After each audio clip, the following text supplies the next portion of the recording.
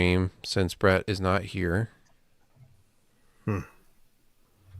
I'm not waiting more time than this. It's already 1:15.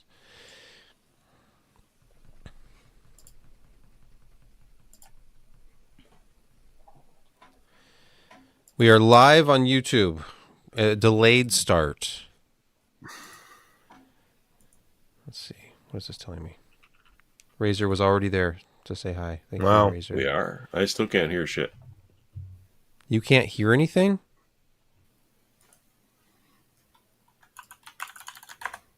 Is he talking to somebody else? Jeremy, can you hear your me? headphones in, Jeremy? He just froze, and that's not like Josh froze. He froze. Oh, okay. Yeah. He doesn't have the touch. There he is. Can you hear us now? Still can't hear anything. Okay. Maybe put on your headphones. Here's a novel thought. He can't hear you. Oh boy. Here I was just thinking he was being, because here's the thing. We can hear him. I mean, yeah, you just heard him say I can't hear you. Everything's normal on my end. His call is fine. Audio is enabled. I don't want to mess with his settings because then it will destroy his vMix Live link and I'll have to give him a new one. Sensual Kazoo, this is not pre-recorded. This is live. It's as live as it gets. Yes, it's raw. This is raw. It's happening. Unfiltered. Like Jeremy Hellstrom cigarettes. Bront is on the way, supposedly. Okay.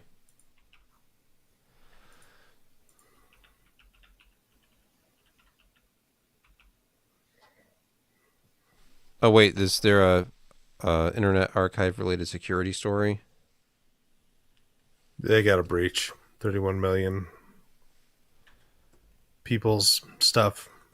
And they kind of shut back the Wayback Machine and all that. Okay.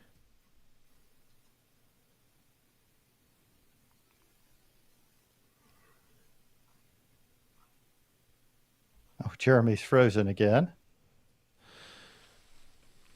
I think.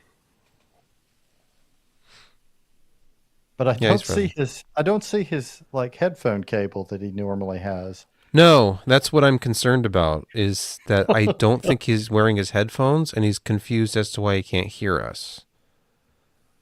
He always wears wired headphones.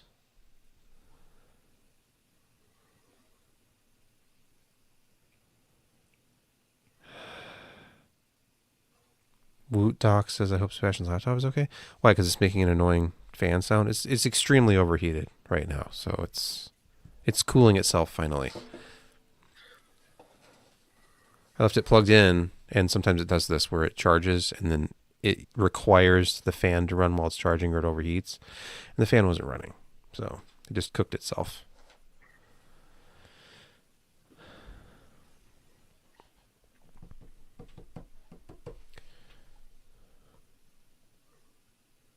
We're nearing the, 20-minute mark of Jeremy not wearing his headphones. For those of you just joining us, Jeremy Hellstrom is trying out to be a human statue this week. He wants to show off those nicotine-stained fingers. Hey, Brett, can you weigh in on the Jeremy situation? Thanks, Brett. Hey, but at least Brett's wearing headphones. That's a step in the right direction. What are you talking about? Okay, Jeremy has been unable to hear us for the last 20 minutes. He keeps leaving, coming back. And if you look closely at this picture, you will not see wires hanging down. Oh, I see. From his usual wired headphones that he wears. So I don't know if he's trying out a wireless pair and it's not working. But we can hear him just fine. He's like, can't hear you. Still can't hear you at all. And then he leaves. And I'm trying to tell him, put on your headphones. And he can't hear that.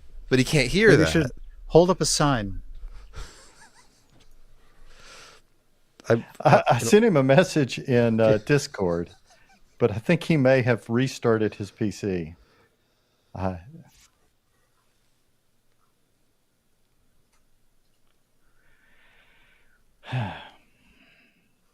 Sorry I'm late, folks. It's okay. Sorry, my lip looks like it got assaulted. Go back to There he the is. chair. Had a cold. Headphones And- installed. I got a cold. Hey, look, headphones. If we can't hear him. You're Oh my muted. gosh. You have the red light of mute, I think. Put your thing down. Put the boom down. The boom mic. The boom down. I don't want to use this. But that's Well, what it's that I can defaulting hear to. you. Now we can hear you just Oh. fine.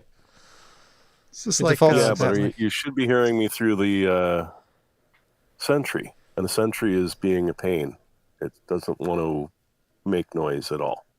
this is bad comedy. It's bad comedy, folks. It's bad comedy. Well, we need to get the show started here as soon as possible. So whatever mic is working, please stand by for another All couple right, of minutes. is that viewers. working now?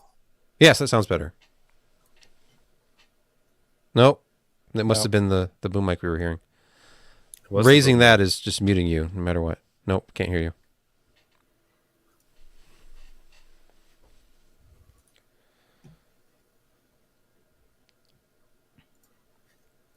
Why do you make everything so easy to do on Windows?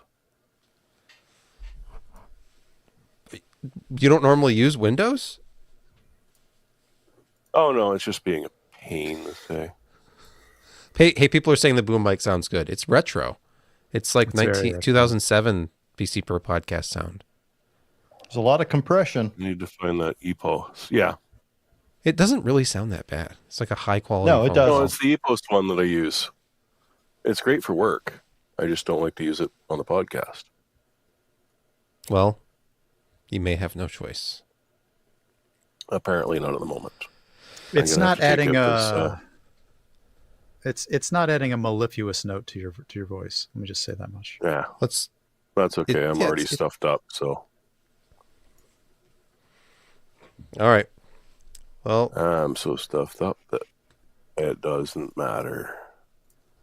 It just doesn't matter. It just doesn't matter. Doesn't matter at all. are you unwell? If you need to take the week off, we can just reconfigure the podcast. I'll survive. I mean, come on, you're sick every week, so That's true. That's true. That is true. Yeah, but I hide it well. Hey, I was had a sick bad last- headache He tonight. has one of those petri dishes called children. I Yes, did well, that my was hot my and cold problem. combination. I made a hot steaming cup of coffee and got myself a Coke. And I was drinking coffee, drinking Coke, drinking coffee, drinking Coke. And I took 4 Advil. That was at 9:50, 9:45. Here we are. The show must go on. Have we covered how Kent has recovered in the Asheville area yet? No, but he was going to talk about that on the show. Okay. He was going to give an I'd ask for update. just a couple of minutes, and Mhm. I still haven't gotten a link to the show notes. Oh, yeah. I should do Oh, that. Wait, what? Well, say what?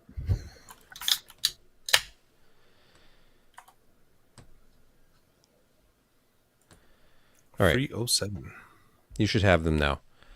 Purple Dragon says hello. This show used to Sure. feature an dude who went to Intel. Makes me mad that he left. Now who's laughing? They messed it all up.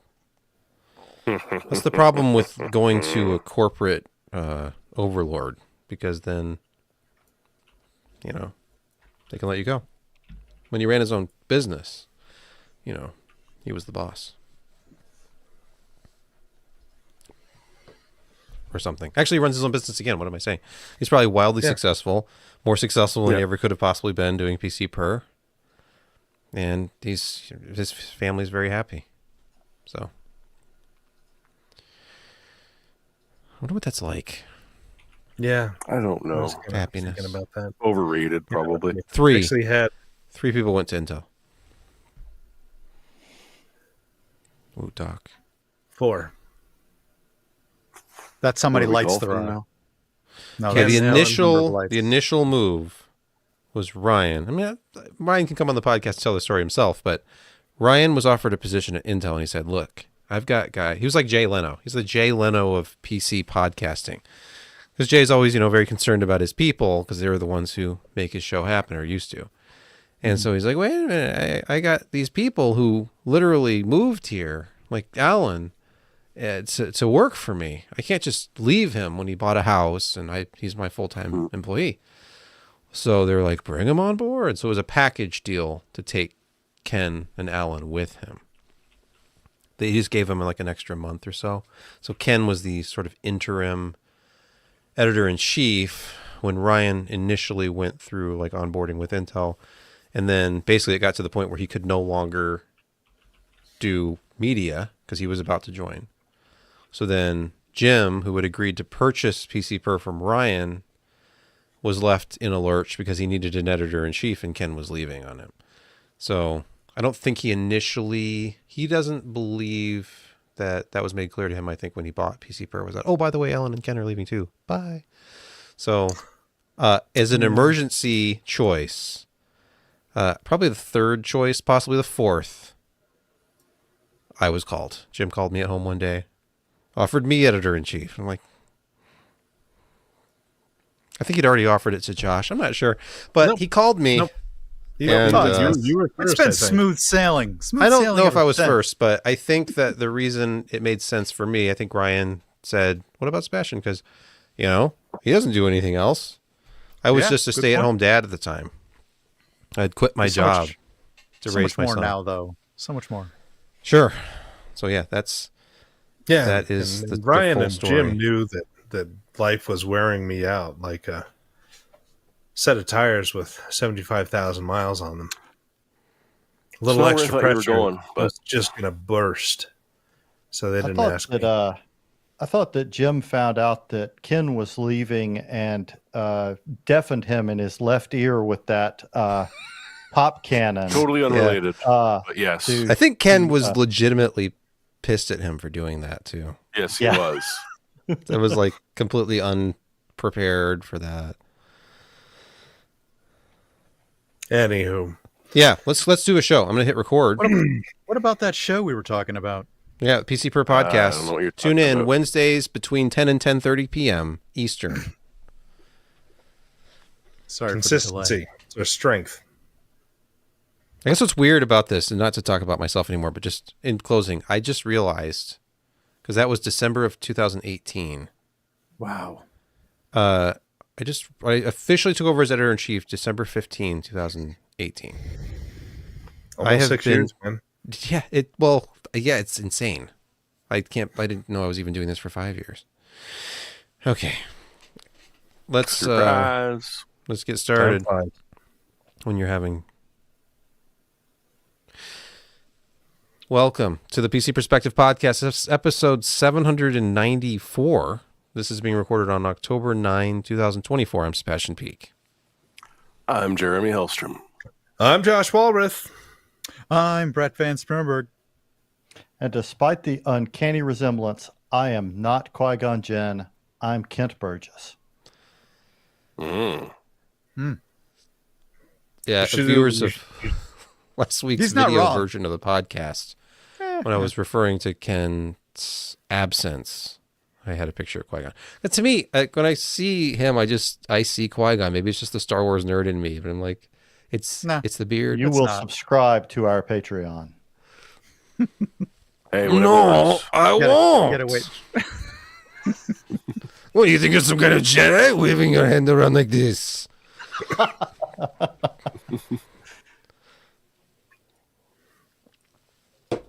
Okay. You can support PC Per at patreon.com/PCPER. That's how you spell it. And you can be like, I don't even know. I'll let you pronounce these names, Brett, because you're the one who picked them. Hey, that's great. That's appreciate that. So new member, subscriber,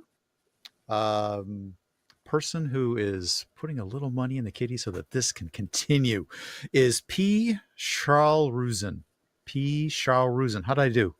Charles Ruzen? You have to tell me.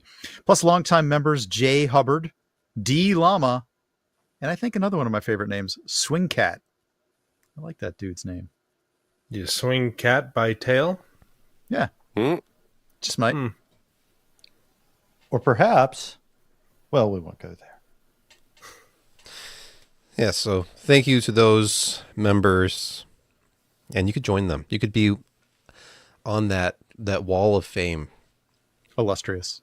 You could have extras and things. You could have me stumble over your handle or your alias or your name. Any one of those. Yeah, Yes. that'd be great. Yep. Yeah, when you made your pledge, you probably thought, oh, I'm just, this is just my handle. No one will ever see this. Wrong. Right. Wrong. We're going to stumble over it on the podcast someday. Yep. And you're going to be embarrassed, and we're embarrassed. And Yeah, Speak but for you know what? yourself. Your name will echo throughout eternity.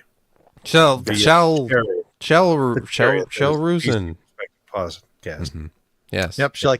But I didn't know the Z was silent in that, for instance. I had no idea. Was it Shah Rizal? Yeah. I Or don't is know. that a mom? You're probably closer. Shazam. Closer. Brief story from No. my past. The kids in the neighborhood when I was a kid did not know how to pronounce my name. I explained it to them multiple times, and the best they could do was Bagasha. So eventually, because this is the early 90s, or late 80s, early 90s, Sinbad was popular at the time, stand-up comedian.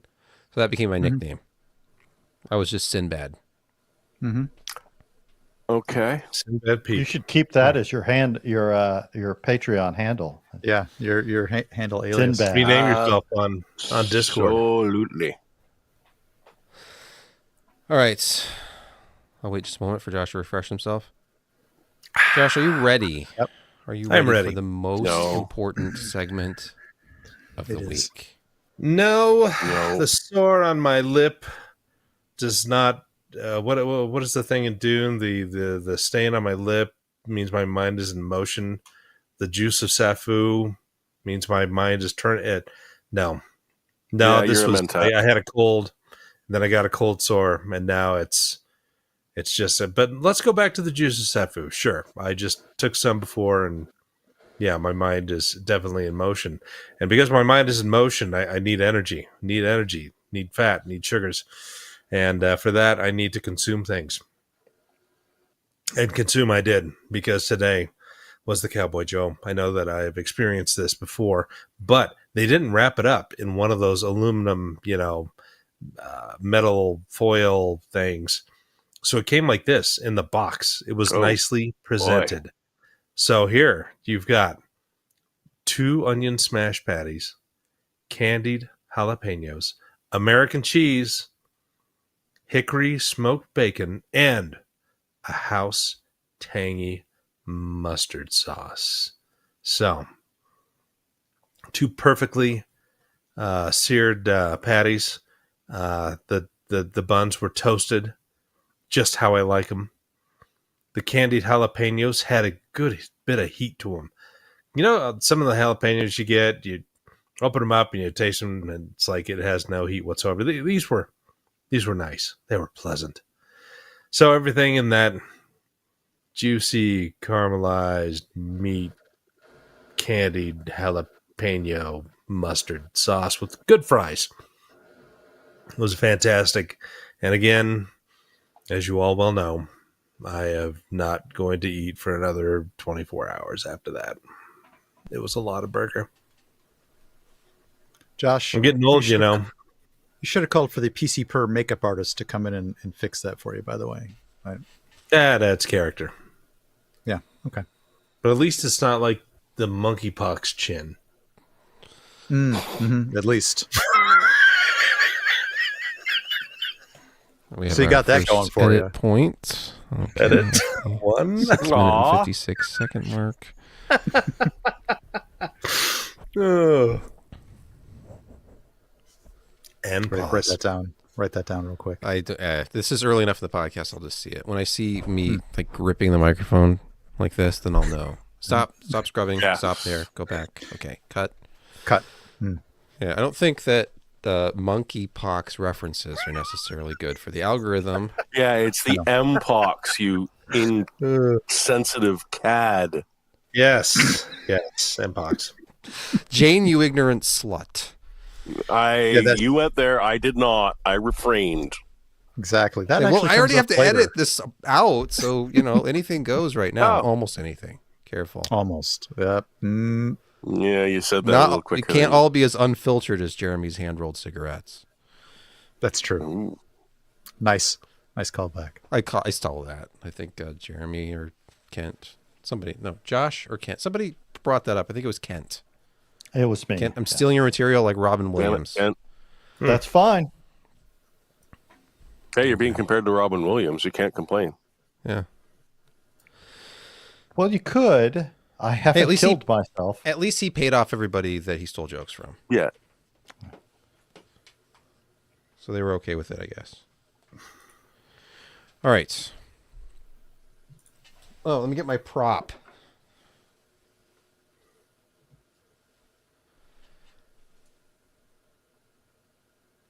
It's finally okay to buy an Intel desktop processor again. You've heard it here first on the PC. We've been vocal about this issue on this podcast, recommending you go with something from Team Red, for example. Or really, it should be Team Green, but you know what I'm They are saying. I Team guess it's Green. Team Orange now. If you look at the boxes, everything Ryzen is. I just dropped one on the floor. Everything Ryzen is orange now. It's got their signature. So You're a Team Orange. card carrying member as well, from what I know. Because you know the best thing about Intel CPUs? They're like all on sale and all actually available. Because enthusiasts don't want them, but yes, I mean, whether they're all available because they're unpopular or because they made a lot of them and haven't sold them all for another reason, I don't know. But Intel, they were still working on finding the root cause of the voltage issue, and now you can safely go out and buy. Put this here. You can do you have safely go there? out and buy the 14900K now. It's okay. Because we finally have a permanent voltage fix. There's another microcode. Forget that other microcode, which I think had a 9 in it or That something. was not the no, code you were looking for? no. There was 129. 129. Yeah, so now forget the 9 that's been replaced with a B. You want Hex.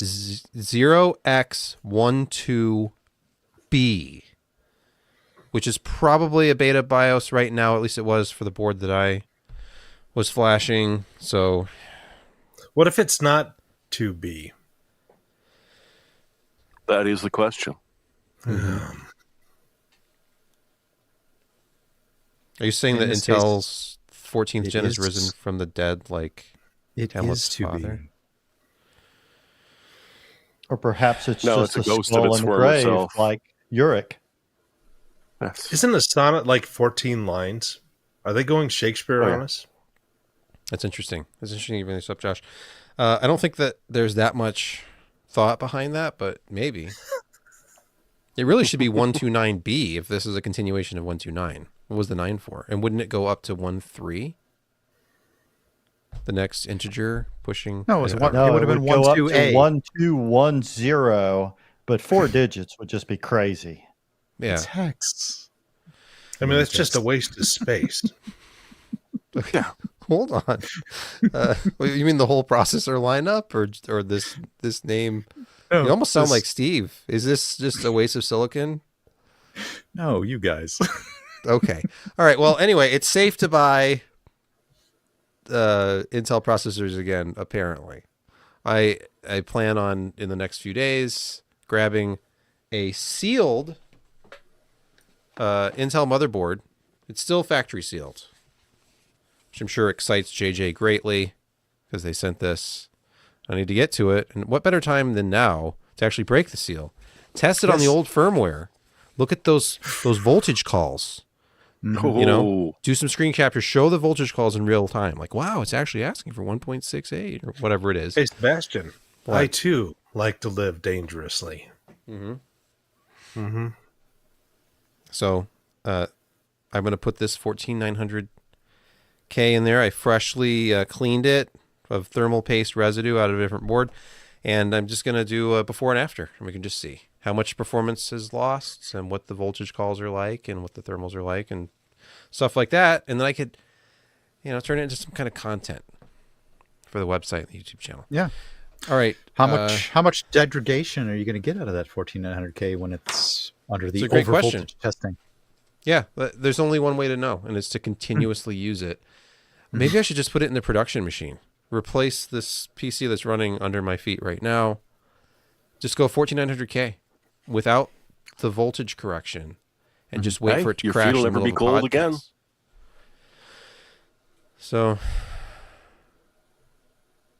I don't know. I this is, to me, this only matters to the enthusiast space. Somebody, I think, correctly pointed out in our live chat a couple minutes ago that normies don't care about things like this. They're not even aware of this microcode. What average consumer who doesn't build PCs, doesn't watch our show, even know what a microcode update is?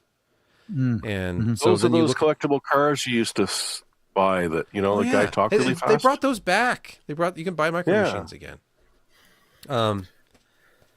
Yeah, but for the DIY enthusiasts, aren't they so much more likely to go with AMD?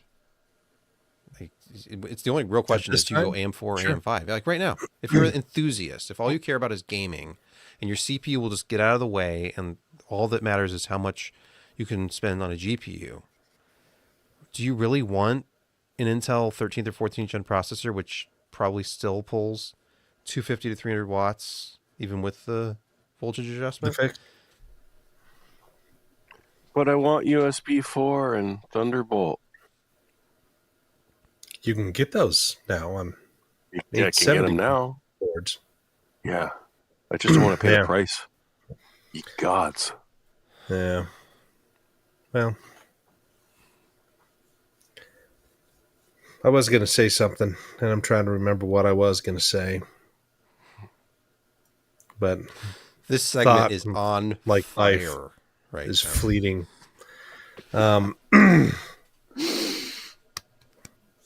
Well, okay, guys Razer. like HP and Dell and them, I mean, they are very conservative with their builds.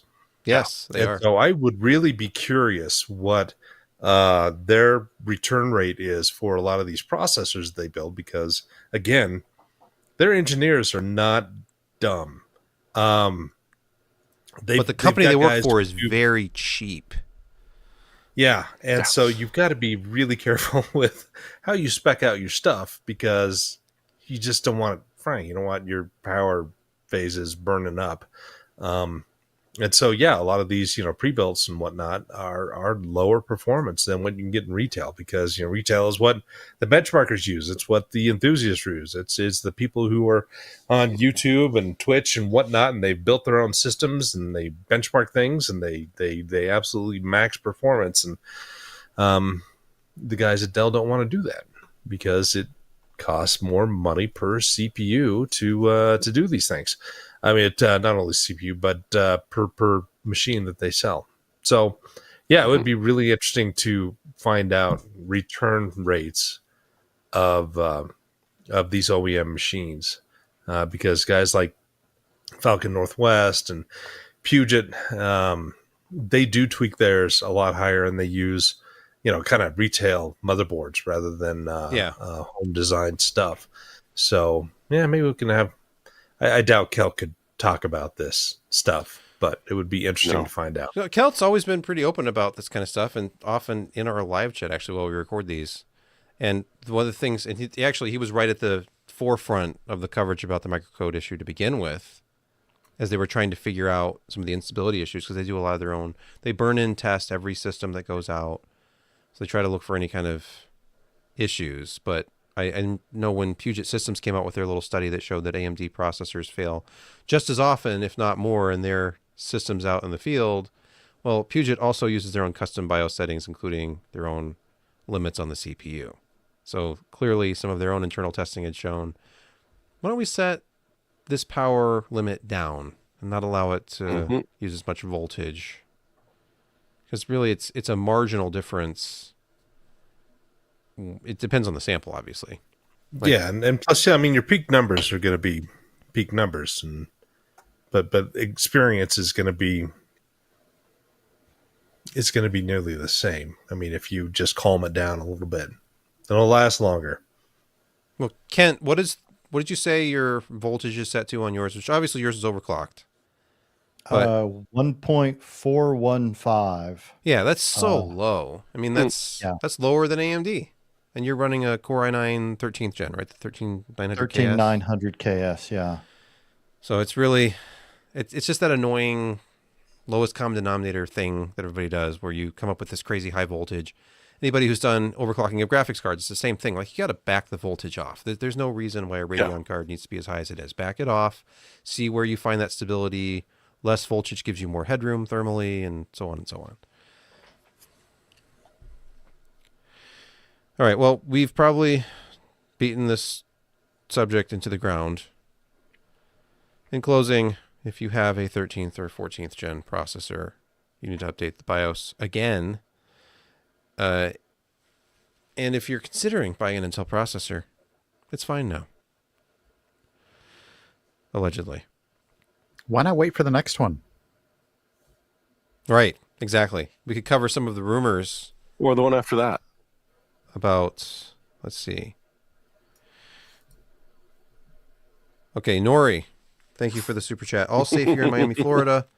Also give the person at Intel a promo raise for coining the phrase VMin shift instead of what it really is. Degradation.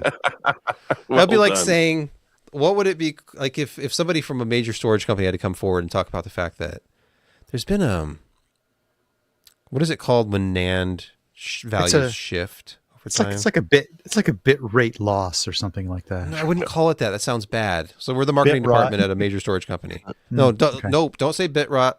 That's banned. What can we say? Something with the word shift. Anode degradation shift. I don't know. How about anode? Just anode shift. Magnetic preference shift.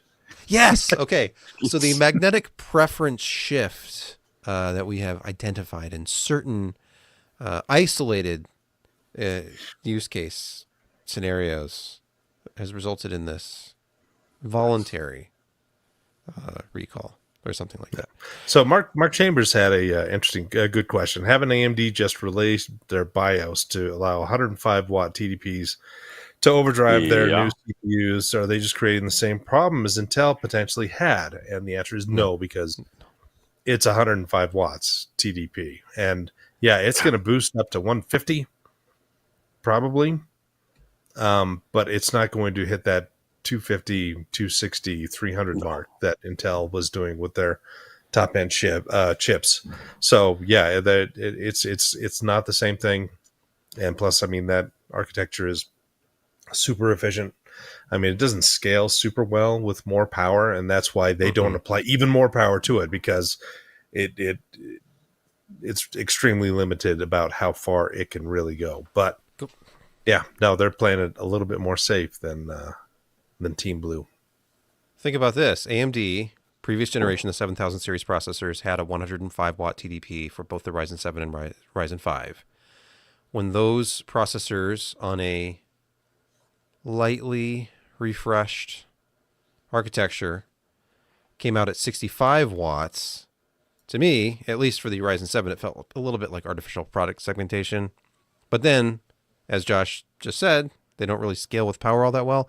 When they did unlock the 105 watt mode, it resulted in an up to 10% improvement. So not quite doubling the power, but only 10% more performance, multi-threaded. So yeah. And if the previous architecture could handle 105, Zen 5 can handle 105 because they're very closely related architectures. It's the next one that should be, what was it, the TIC or the TOC? I never remember. There was the Intel was new architecture, process shrink. New architecture. Oh, that was the Waltz. Oh, okay. That was TikTok. Oh, no, wait, that was the older one. Yeah, that was TikTok. Before the Chinese video sharing, short form video sharing site. We're talking about Intel TikTok, which I think lasted through Skylake and maybe Coffee Lake was no, because then it was over. Skylake was their last new architecture they just for a long time. They never officially let it die. They just stopped referring to it after we started making fun of the pluses. Yes. Okay, so let's go to the people who don't honor embargoes segment. Yes, let's. So if we look at videocards.com, we're looking at only at published information. This is from the 8th, so yesterday. Arrow Lake S leaks. We've heard about the Core Ultra. There's mobile parts, obviously, out there. In 2 days, according to this article, so I guess that would be tomorrow, it says, Intel is set to announce its new desktop CPU series, Arrow Lake S. So this is presumably based on the same architecture as the mobile parts that are already out. But think of the performance when you can operate it at desktop power levels. And cooling. Yeah, just like those AMD Ryzen 7s at 65 watts that they took to 105 watts, and how much more performance you got out of it. Yes. Let's see. Here's scaling. This is apparently a chart. I don't know if this is real or not, but it says it's the Ultra 9 285K. It's an interesting name. So we got bigger and bigger and bigger with the names. Now we're all the way down to 3 digits again, which we haven't Got to been. reset. When was the last time we had 3 digits? Was it What is old is new again? Nehalem era? The occasional Atom, Oh, Yeah, okay. the 945, Celeron, 305. 950. The Nehalems were Mhm. 9 series. Remember the And Core then i7 they had 920? the other ones that were 8 series that were their first, kind of chiplet integrated, right? No, it wasn't chiplet, but No, I can't remember the code name of the ones that the 800 series. I've got a board so many sitting back names. 10 feet behind me that has one of those chips still in it. But anyway, Nice. So this, I don't know. What's the story here? Let's see of what's been leaked or reported so far. They're saying it's going to be outperforming the 9950X by some degree, based upon that update. Yeah, I don't see it being compared. This looks so much like the chart for the Lunar Lake. The chart at the bottom here has the right there, that update right there. But where is their comparison against their current stuff? Oh, wait, there it is. There's the 14900K line right there through. I wouldn't even see that. So it looks like it's marginally better multi-threaded performance in applications like Cinebench, 3D Mark, SpecCrate, and Geekbench. I'm assuming this. I don't. This is not in English, so I'm not sure exactly what this chart says. Well, those are geometric means of approximately 8% and 4%. And I don't know what criteria those are, but you can see, as you saw, the 14900K line is through near the top 90%, where the 9950X is above it 8 or 2% in most places. And the new 285K bests that from 5 to 8 to 11%, which Okay. comparatively puts it above the 9950X as well. The part that I'm interested in is down here at the bottom, where it's showing some information here. It says there's the tilde? Approximate. Yeah, the approximately 125 watt TDP. I wonder if that's for both. Are they limiting both of these processors to 125 watts? Interesting. In lower wattage scenarios, this new one is faster. But what if you actually let That the would be weird. 9950X have its full like PPT limit, which is well up into like the 230 to 240 watt range on your multi-threaded workloads? So I'm curious. Many questions. We will have to see for something real. We'll have to wait for something real. Wait for the reviewers to actually have things in hand and running benchmarks and stuff. By the way, the i7 860 was codenamed Linfield. There you go. That's going back a lot of years. That was pre-Nehalem. Yep. No, actually, it was Nehalem was released first, and then this was kind of the cut down version. Oh. Linfield with a Y. Okay, yeah, you're right. September 2009.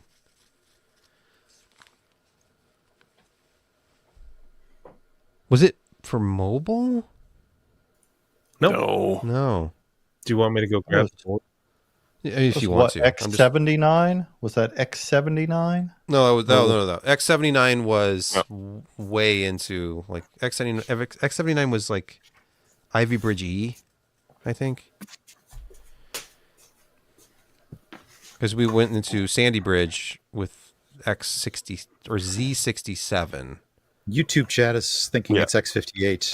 Yeah, X58. X58. Yes. Yes. No, it'll be like Cougar Point. No, it ran on the. H57. Yep. So that was right before Sandy Bridge then? Yes. Even further back, maybe. I don't know, because I had a Sandy, Sandy Bridge the system first in bridge? 2010, I think. Maybe it was 11. I don't know. Yeah, because Ivy Bridge was after. I seem to recall there was a different bridge, though. January 2011 apparently was when Sandy Bridge The was smell launched. of this motherboard being in plastic for. I love the smell of burst capacitors in the morning. Yeah, no, it is the i7 860. Oops, sorry. Mhm. That you can see on, in Sharpie. Yep. But Is that an 8 or is that a 7? i7 860. Okay. But yeah, it was kind of their consumer oriented instead of Nehalem. Is that 775? Or was that still 1366? It is. I cannot read.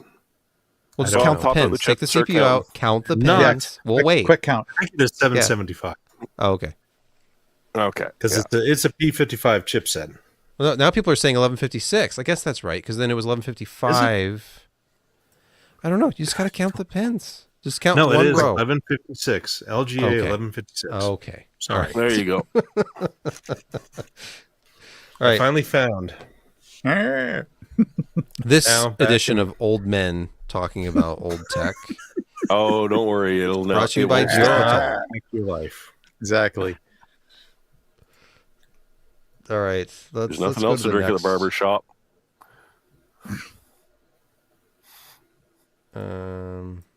Oh wait, I'll put up one more of these from another video cards.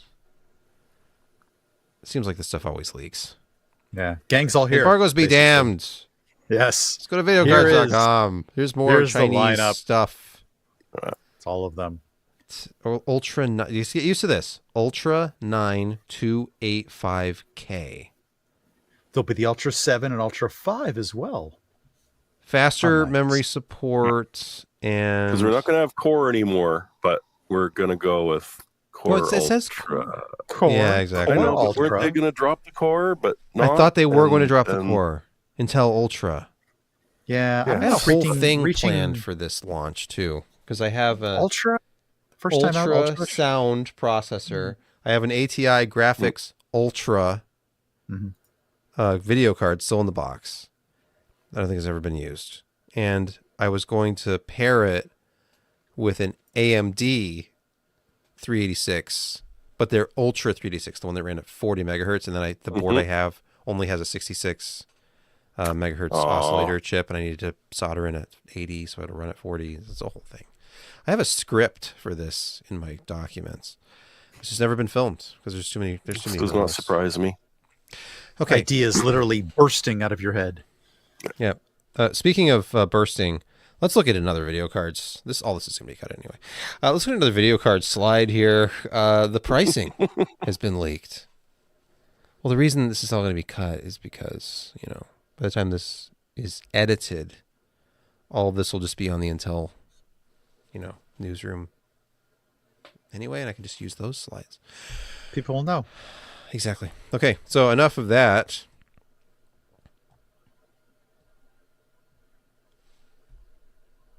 Enough about Is it Intel. Let's time talk for about ARC?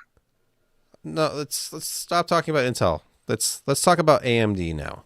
Let's talk about a deep dive into Zen 5 DDR5 frequency scaling. Well, Josh, you're muted.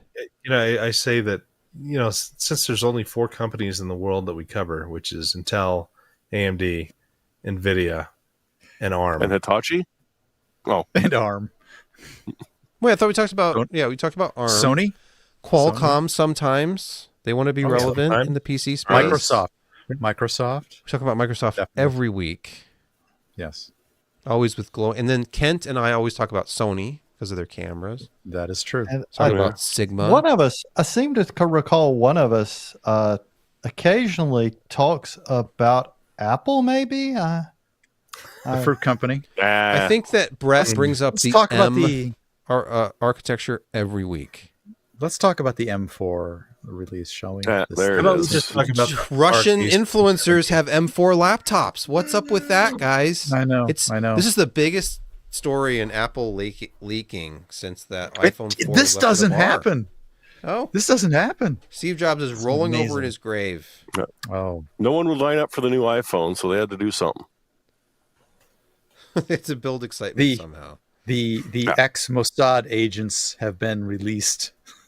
They will find the culprits and bring them to justice. Okay. Yeah, we have a Okay. lot of authority over there. Yeah. All Yes. right. The Friendly Ghost. Oh, sorry. Go ahead. Okay. Yeah, thank you to the Friendly Ghost. They super chat. Thanks for over a decade of entertainment, guys. Oh, you're welcome. It's crazy to think that it's been that long. It only took us 30 years, but we It's got a actually decade's worth of been almost 2 entertainment. decades, but yes, who's counting? I've only been here 16 years as compared to Jeremy, who's been 18, 19. What? Sure. 21. I don't want to know. I told you. I Didn't 2000 you didn't. start You started? 2003 or 2000? Oh, was it before that? probably. Because AMD MB changed to PC Perspective around 2002 to 2004. 2004. Oh crap! Okay. Then yeah, it's It's been at least 20 a years. long- I feel like. long time. This is Anyway. one of the last original PC sites. Yeah, because Yes. Legit Reviews is gone because of course Nate Went to Intel. also went to work at Intel, and H shut down because he went to work at Intel. He never reopened it. Anantech And is gone. Anantech is gone. Hard Because they got- OCP. It's just that the H. Age. not PC, penstarsys.com. It got swallowed up by I know a giant. it was sad, but Yeah. Yeah. Yeah, we were old. Sharky's Extreme, that's gone.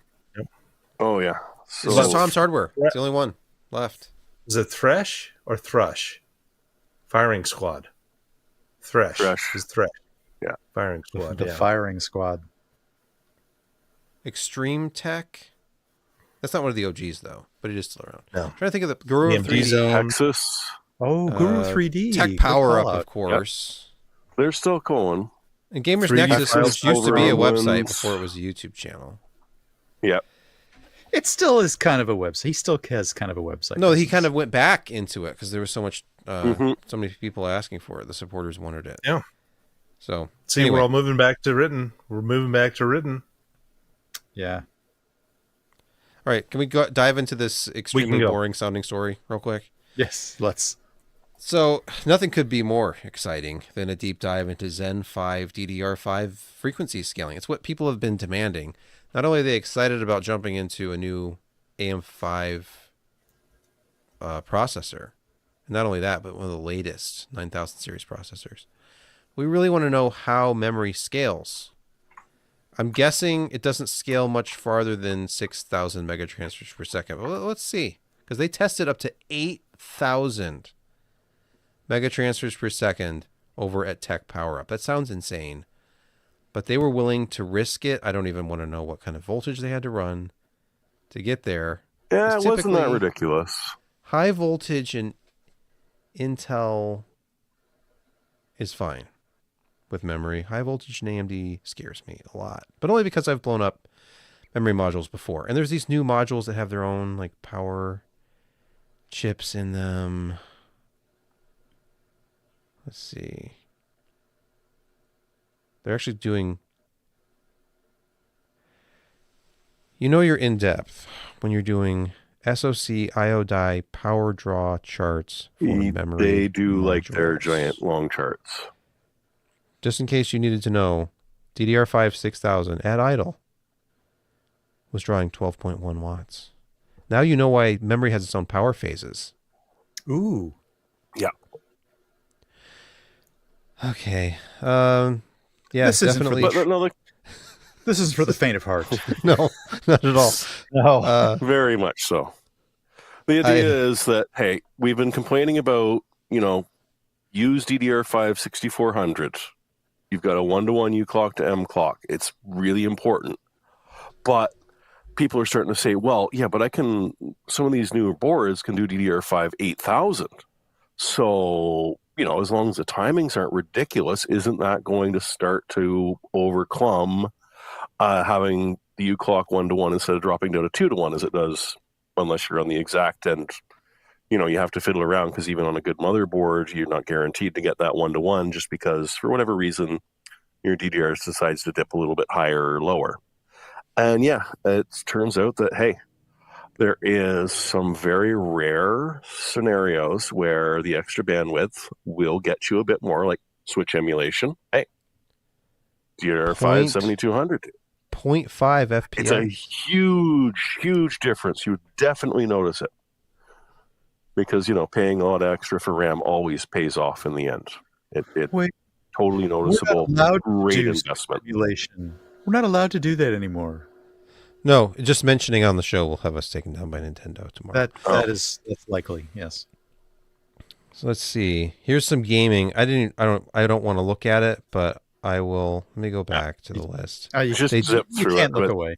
They did. Oh my goodness! When do these end? my gosh. I So just many. want to get there back is to no the ends. navigation drop down thing. Okay, here we go. They actually did gaming testing at 720p with a 4090, and in this You're not alone, Sebastian. extremely common and totally valid testing scenario, the 6400 kit was 0.2% faster relative to the 8000 kit, which I would call a margin At a significantly of error lower kind of price. thing. So Oh, stick God, with yeah. 6400, okay? And guess what? DDR5 6000. 6,000 faster. outperformed it. Yeah. So let's just do DDR5 6000. You know what? And use a lower voltage. Don't exceed 1.35 volts. Don't be No, like me Don't. and run stuff blithely at 1.4 and 1.45 on AM5 boards and then have a memory stick die and then another one die and system fail to boot and you don't know what's going on. And Isn't the lesson here stop feeling superior for your memory choices? It really doesn't matter a whole heck of a Pretty bigger much. number, better. If you can't feel superior from your memory choices, what can you feel superior about? Right. I mean, you I look don't around remember. you. The list You is look endless. at your life. Where are you? And and maybe for some people their PC is their pride and joy. Some people spend a lot of money on, I don't know, like there are people who argue about which is the best guitar string. It's like, I only use NYXLs. Why don't you use You're- NYXLs? Well, You're they in those suck then. discussions. And- That is you. And I'd be saying NYXLs murder your frets. If you're not using stainless steel frets, why would you have the premature fret wear from the NYXLs? Because you like the brighter sound? I mean, plus, they're harder. They're hard. They Hey, Martins, feel you harder. A loser. 10 gauge NYXL feels like 11 gauge. This Feels sounds an like Ernie a practiced Ball. argument. Sounds like a practiced argument for you. You've been there. So, I mean, if people get that into every little aspect of everything and memory, I feel like it's just like bragging rights. You don't want to open the hood of your car and your friend walks over like, oh, that's cute, little 4-cylinder. Okay, let me show you my bi-turbo V8 over here, and then you feel small and insignificant. Right. So your The 6,000 kit, ADHD is strong in this one. Mm. your 6,000 memory kit. Oh, I'm sorry. I've got the new Ooh, you have 8,000. 6,000. I'm sorry, I have 8,000 overclocked to 10,000. Yeah, running at 1.5. It glows, and there's not any even any RGBs on it. That's right. Woot Doc, I will never suggest you stop using premium because the higher octane fuel is giving you more horsepower. So I mean, it's just the way it is. Mm-hmm. Yes, more it advanced, totally less doesn't knock. come from the same truck.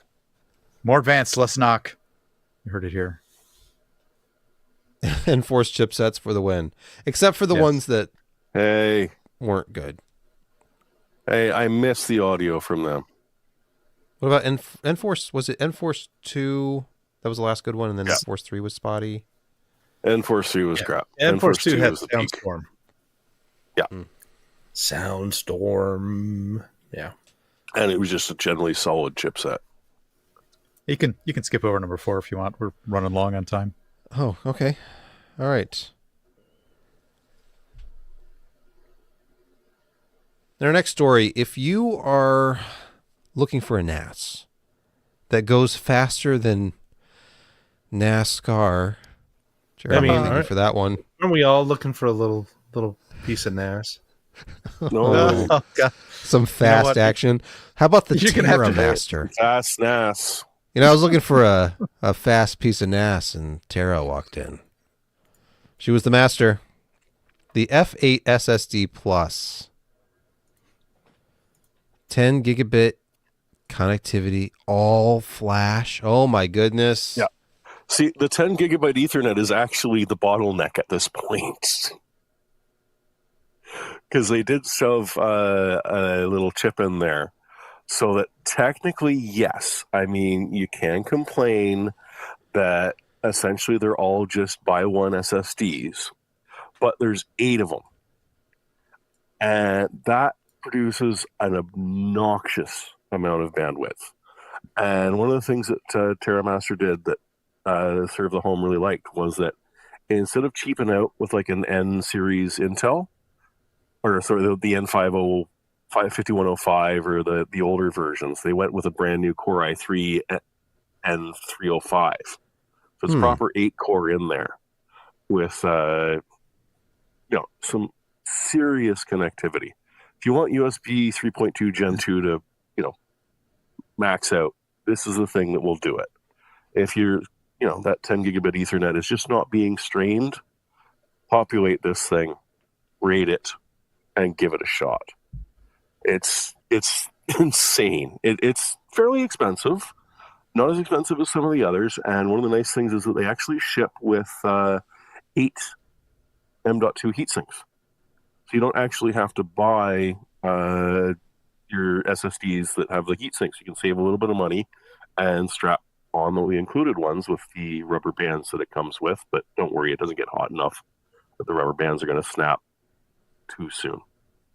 It's just impressive. Isn't this about what you 10 can years get with too a NAS. late? Yes, frame yes, rating? it is, Josh. Yeah. That's what I'm frustrated about. It's like we should have had this a while ago. We're just starting to get them. I mean, yes, at What's the enterprise price? level, you could have done this, but What's the price on this? Not unpopulated. Jeremy? it was around 800, I believe. Ooh, that is a bit pricey. If I recall, it's not ridiculous, but But it includes the heatsink. So that's yeah. got to be at least $40 in value right there. Yeah. 10G it's actually networking. down to 700. Oh, okay. Okay.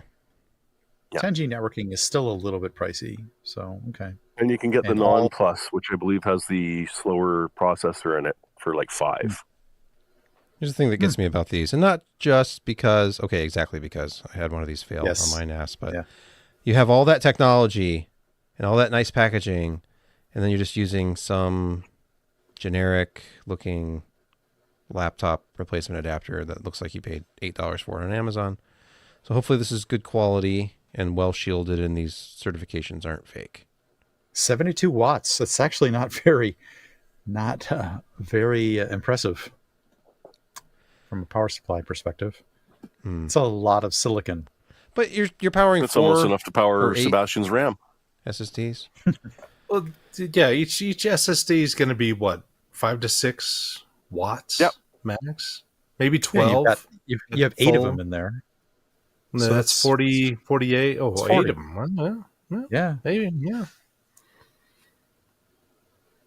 I'm going to look this up right now. TerraMaster F8 SSD Plus on Amazon. And an i3, isn't free with 8 cores. What if I told That's- you that if you went to Amazon.com right now, Mhm. use the serve the home link so they get commission for this, that you would save $100 with a coupon. So it'd be like, it would only be $6.99 at Okay, that point. that sounds pretty good, actually. Yeah. What's You could the use that difference between savings to buy a better power supply.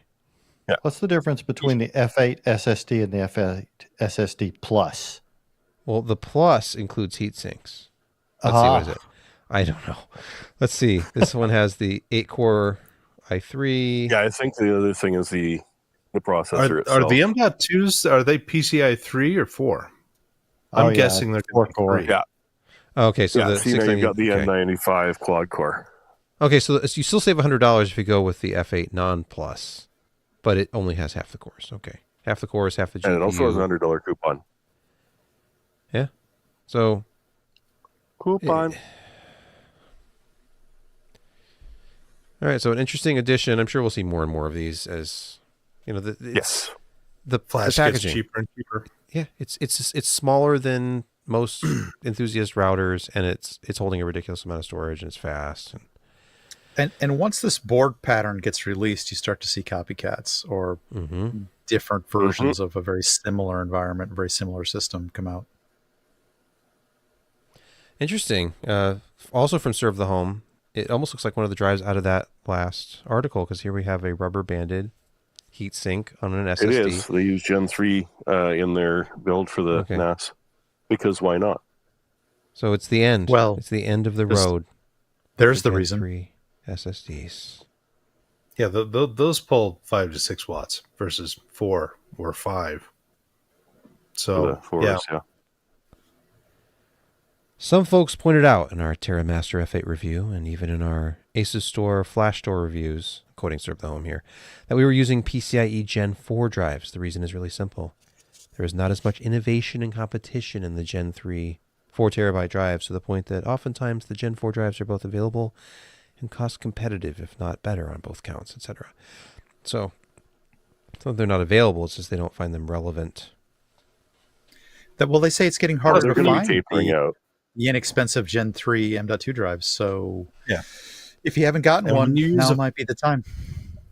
when you use a 4 drive, it will take you down to Gen 3 on that platform. And that's the controller will be less power hungry.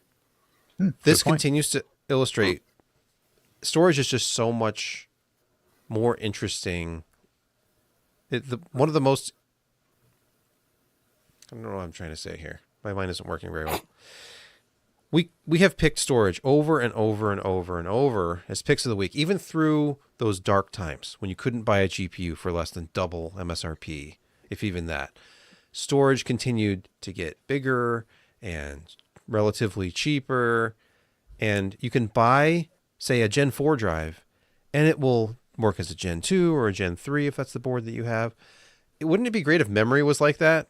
You can't buy DDR4 and have it work in a DDR5 board at a lower speed. It's just, you have to change memory standards.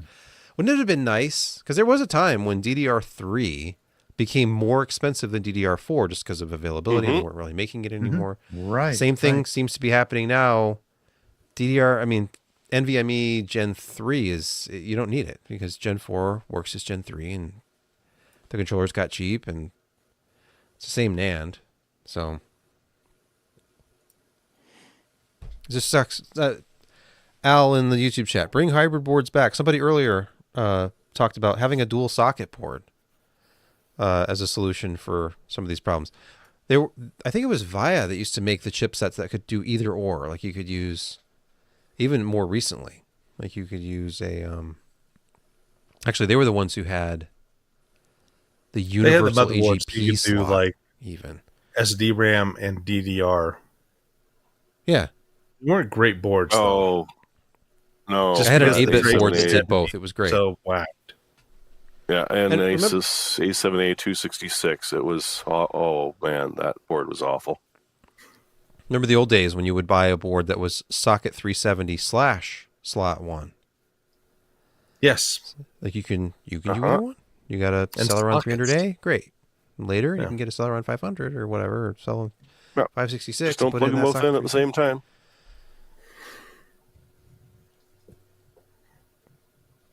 Okay. I think it is time for In Security Corner. Our first story. Jeremy Golden was on Jackal? fire. Jeremy was on fire this week. There's just so much I am not. security issues going on this week. I mean, I'm not even the happy Internet with Archive, this. you know, everybody's getting whacked this week. So, Jeremy, take it away. Yeah, no, this has been a very bad week for blood pressure in the industry. And yeah, we're starting out with one of the nastiest ones, which is Golden Jackal. It's essentially a modular toolkit for getting data out of air-gapped systems. You know, the ones that are not connected to anything and so therefore should be completely and totally untouchable. Except, you know, you need to do a USB drive to transfer data in and out. And so what they've done is developed essentially two separate modular toolkits that are specifically targeted at USB drives that would hit air-gapped systems, because air-gapped systems you don't just plug in a random USB drive and it goes, okay, new drive detected, let's go ahead. No, these are special drives. They're special things because we're talking about industrial controlling machines. We're talking about, you know, secret federal databases, the stuff you don't want messed with. And so this group, who have actually been around for a little while now, have... Oh, Sierra Pole, I really don't need to know that. Like, seriously, just don't tell me things have gotten worse. So this specifically designed backdoor for either systems which are likely to have a USB drive plugged into them, or emails that are going to be connected to an internet device which will eventually get connected to the USB from an air-gapped device, and ones that just randomly upload to Google Drive. And these have been out there for a while. We just haven't figured it out until relatively recently how well they're doing. They're ridiculously hard to detect because they just sort of sit there and do absolutely nothing until a certain set of scenarios or a certain set of things happen, in which case, boom, it immediately jumps in, does the job, exfiltrates, shuts itself down again. You don't even have time to notice the bloody thing is there.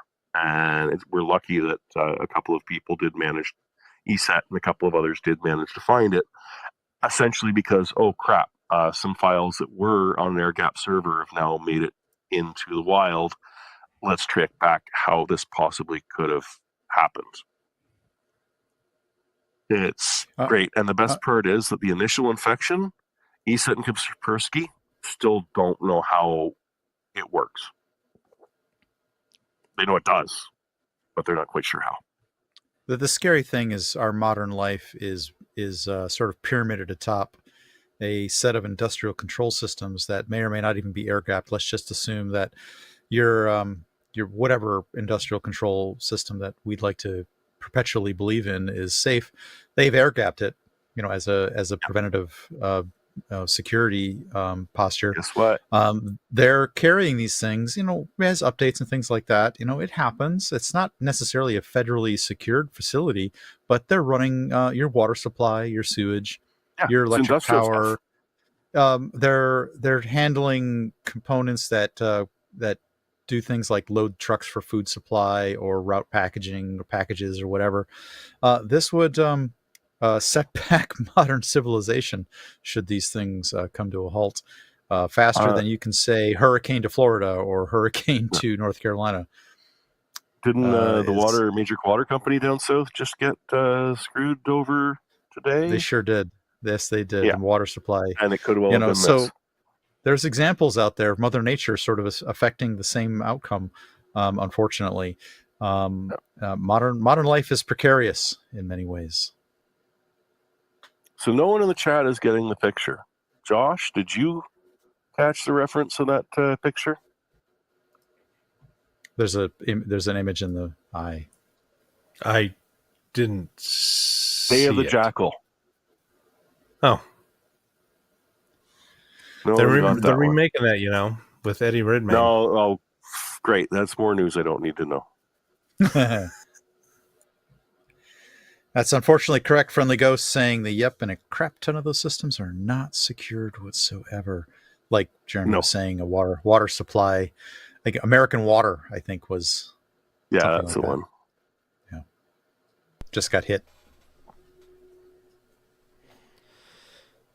All right. Next uplifting story. This comes from Bleeping Computer. Qualcomm patches high-severity zero-day exploits. Mm-hmm. Now, they wanted to play in the desktop/laptop PC space. I don't know if this is one of those or if it's existing like mobile chipsets. Oh, DSPs. Yeah, DSP. Impacting It's very dozens common. of chipsets. Okay. It's very common in like most- audio processing, which you probably imagine that Qualcomm's part of a few mobile devices. So, it happens. Good, Jeremy. Sorry. Didn't mean to step on your story. Oh, that's okay. I was coughing, so it was perfect that you were talking. Continue. Carry on. No. So you're looking at direct memory access issues with file descriptors being leveraged to trigger a use after free, a typical memory situation where the program counter can be walked into a formerly freed memory space where you may have just inadvertently dropped your malware payload, and the program counter will happily go and execute those instructions for you on your behalf. So, but this seems to be targeted at some specific targets. I'm not really sure who is holding the phone or the Qualcomm enabled device. In this case, Jeremy, you may have a better idea on this. So, but they've also, I don't know if they've come up with a patch for this one yet. So I'm kind of at a loss as to where to go with that one. The best thing is that, yes, Qualcomm has come up with a patch. You're not buying these devices directly from Qualcomm, though. You're hoping that whoever it is that bought the Qualcomm chip that then went into the product they sold you is actually going to bother to patch it and not either just throw it out the window and say, okay, now we're discontinuing that when we're going to version 2 and we're not going to tell anyone. Or that, they just don't bother to patch it. Because that's... What about IoT? What if it's in an IoT device, Jeremy? Then you're SOL with your IoT. I'll just throw out my fridge. It's fine. I don't need it. But please continue to use this device as a tempting target for malware, I suppose. Yeah, there's a lot of mobile devices. DDoSs. There's really. There's a lot of mobile devices out there that obviously are using a lot of Qualcomm chips. So, and they make attractive targets. And as Jeremy points out, they may not always get updates. This could be things like security cams or smart doorknobs or smart toasters, as Sebastian was implying. I think my only smart appliances are the washer and dryer, but I have that turned off. Or so I think. My dryer's probably listening to me right now, actually. Yes. Your dryer will probably kill you tonight, by the way. Yeah, Well, it happens. It's possible. It runs on natural gas, so it'll just cause a leak. Oh, This could happen. Yep. This actually could happen. Yeah, could happen. I love you, LG dryer.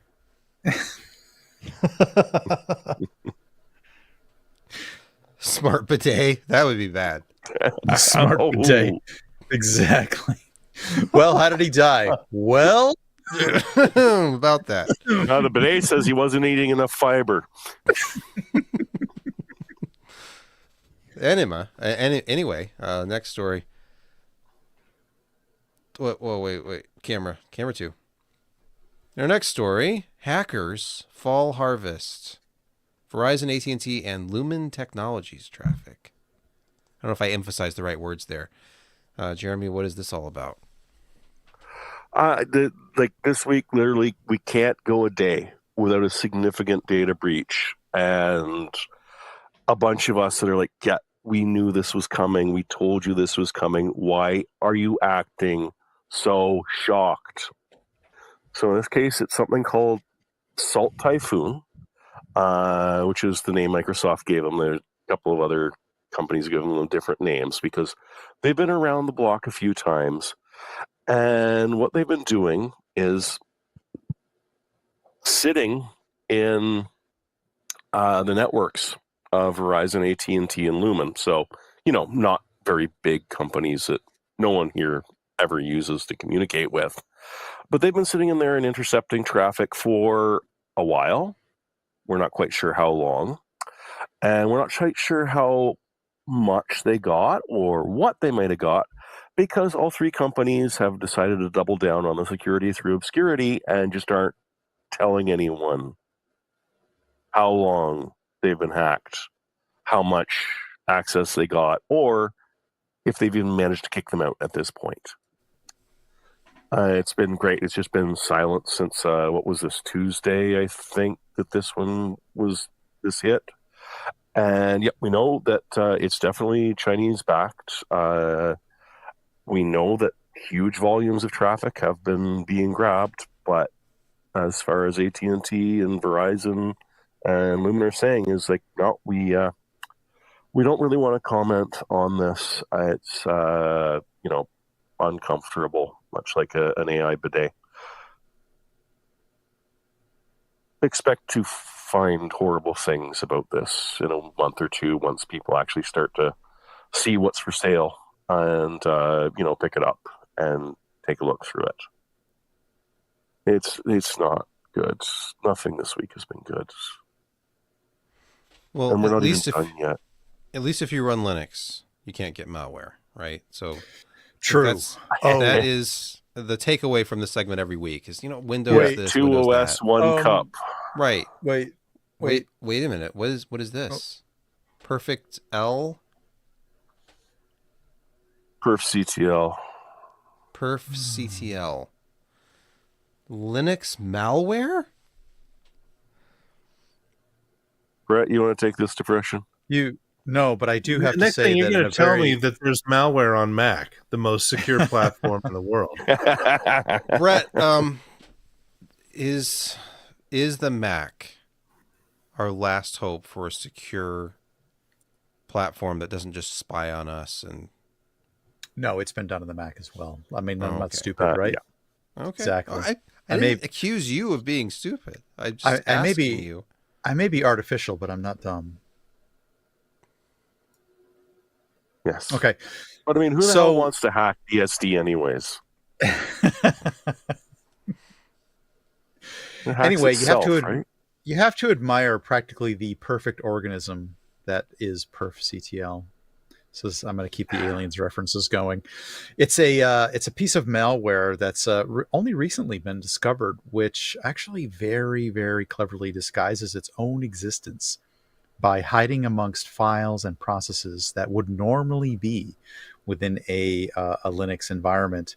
So you can't even see it when it's running. And if you do potentially detect, hey, something's wrong with my Linux box, so you're going to log in, it actually notices that a sysadmin is logging in and perhaps doing some process investigation and takes extreme measures to not give its own existence away and actively hides from the ability for admins to track it down and kill it. In fact, there was an example, Jeremy, which you wrote about, the sysadmin removing every possible file and reference and process and startup script that may have enabled this nefarious malware to run, and then rebooted the system, and it came back. It came back again. So literally, potentially thousands of systems may be infected by this since 2021. I'm not even sure they entirely know what it's really even doing, but it's manipulating processes. It clearly has an external control environment. I think the most interesting part is the potential leverageability. Is that even a word? Yes. It is now. You just precedented it as a word. I did. Thank you for following it up with precedented. What I'm saying is that the library of obscurity that is potentially a real key to the next most damaging bit of malware that can circumvent all abilities to observe it. I think malware that can skirt observability is I don't want to say, but I don't envy your chances. No. If you know what I'm saying. There's links to detect if you've got it, and a variety of ways to avoid getting it. If you got it, well, sorry, that sucks. We're working on that. All right. You might nuke it from orbit. So the only real solution is just never go online, is what you're saying. Unplug it. Then you're air gapped that doesn't and mean you're screwed as of the first story. that doesn't mean you're not infected. Yes, and as Jeremy points out, then you're air gapped. Someday you'll carry a USB across that air gap, and then you're finished. All right, we need a positive story. Okay, what's next?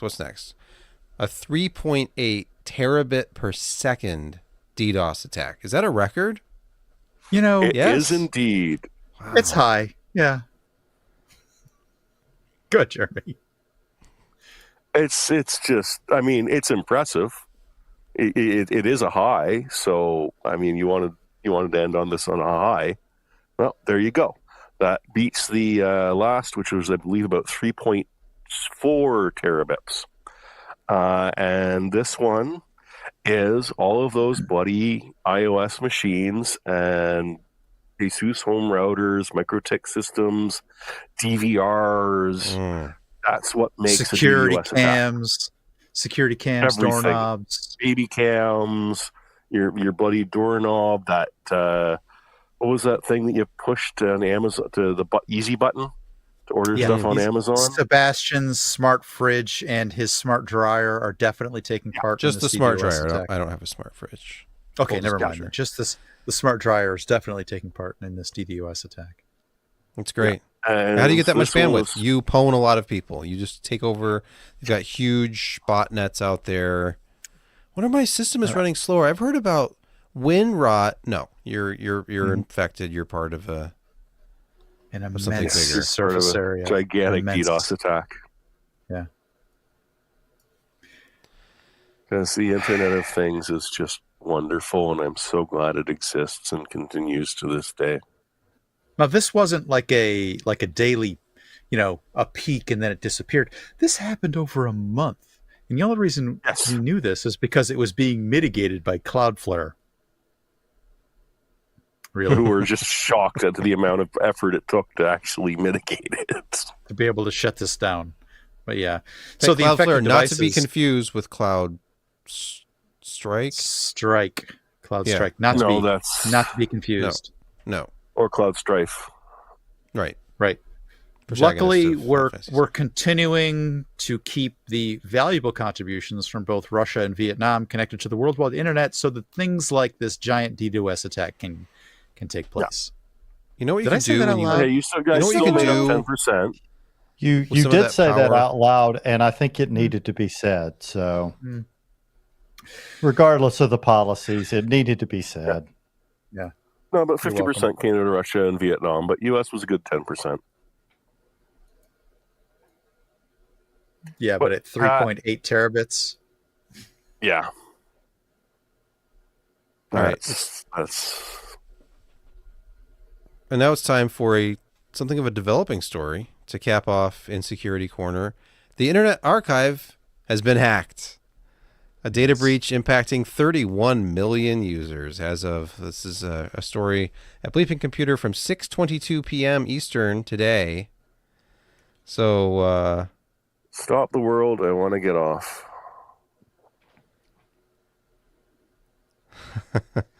a JavaScript alert shown on archive.org said, "Have you ever felt like the Internet Archive runs on sticks and is constantly on the verge of suffering a catastrophic security breach?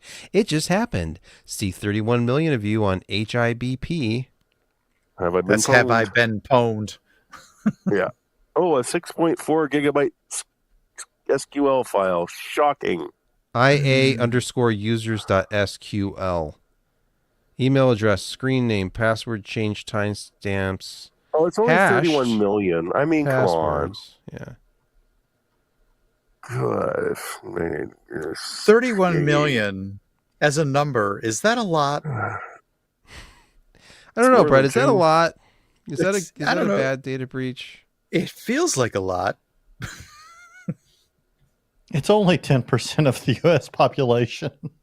Right. It's not as bad as almost all the U.S. population, which we had with what's the name of that company out of Florida? Was it like the Secure Data Enclave or something? What was the name of there? I don't remember. They have like everybody's information. Yeah. 100 million people, something like That's that. I awesome. mean, like the IRS. Yeah. I've got to remember my Internet Archive password so I can change it and stop using it everywhere. I don't. Well, think, just Google it. Hey, there's It's your up problem. there now. There's your problem. It's probably your bank password as well.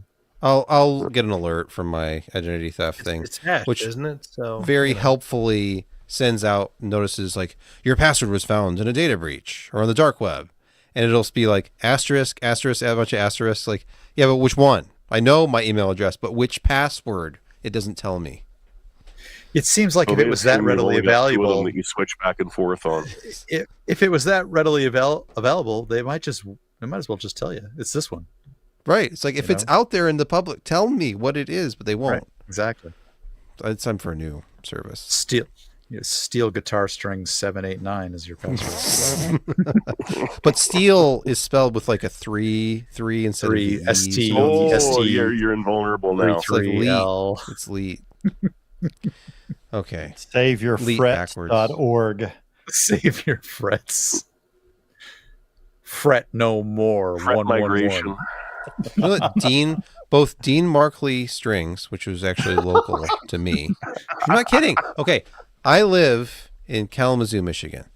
And Kalamazoo, Michigan is where this guy Orville Gibson, started a little mandolin shop, which became a guitar I've heard shop. of him. So we were the world headquarters, the hub of all electric guitars for a long time. Fender didn't even get started until the end of the 50s out in California. So like all the early, like the stars of the electric guitar, like Charlie Christian played a Gibson guitar. Yep. And then everybody throughout the 40s, 50s, 60s, obviously the Les Paul became iconic. But we had local string companies pop up because this is where the guitars were all coming from. It wasn't the Dean Martin. Dean It was Markley. Markley. And then actually there was a place in the next town over, Battle Creek, had a string company called Squire. You may have heard of them. Oh, which yeah. Fender purchased, and then it became a guitar brand, like their secondary guitar brand. Anyway, a lot of exciting musical history in my neck of the woods. Also the capital of the taxi world. Until recently, you could still see the original test track for checker cabs, because that was like, 3 miles away from my house where they built all the checker cabs.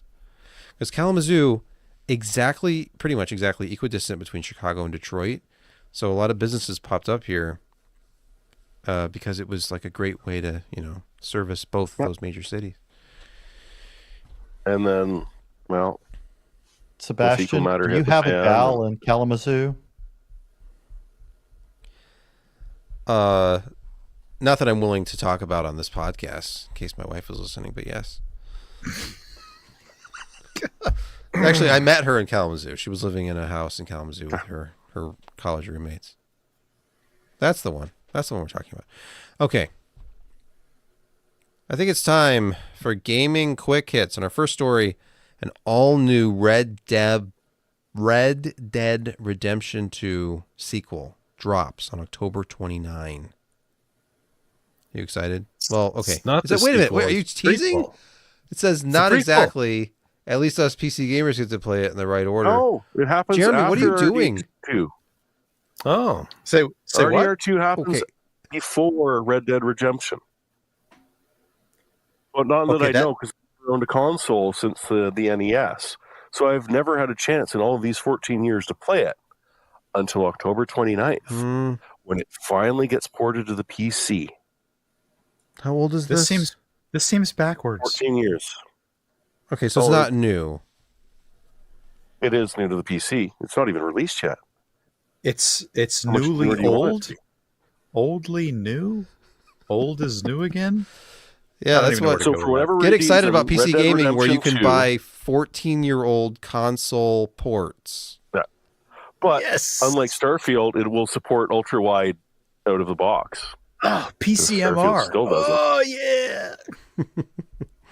Yeah, this is why you pay through the nose for the latest in CPUs, Friendly Ghost, it motherboards, will play like graphics, ass for memory. at least the first 6 months. It's so you can play Then they'll finally figure it out. console prequels from 14 years ago. Got it. I'm sure it's not a straight up port. Nobody likes console ports, right? Right. Aren't all games console Damn ports now? consolitis. All right, I hey, didn't let's wanna talk say about it out another loud. sequel because there's nothing new under the Actually, sun. every one of these is a sequel thing. But That's yeah, go ahead. great. Yes. That's the state of the industry that Or a we're remaster, or a remake, or a reimagining. Alien Isolation getting a sequel 10 years later. I didn't know it was 10 years old, but I guess so. We're all 10 years older, Brett. Get used to I it. know. Ay. 10th anniversary. Seems only fitting that they should release or think about releasing a new one.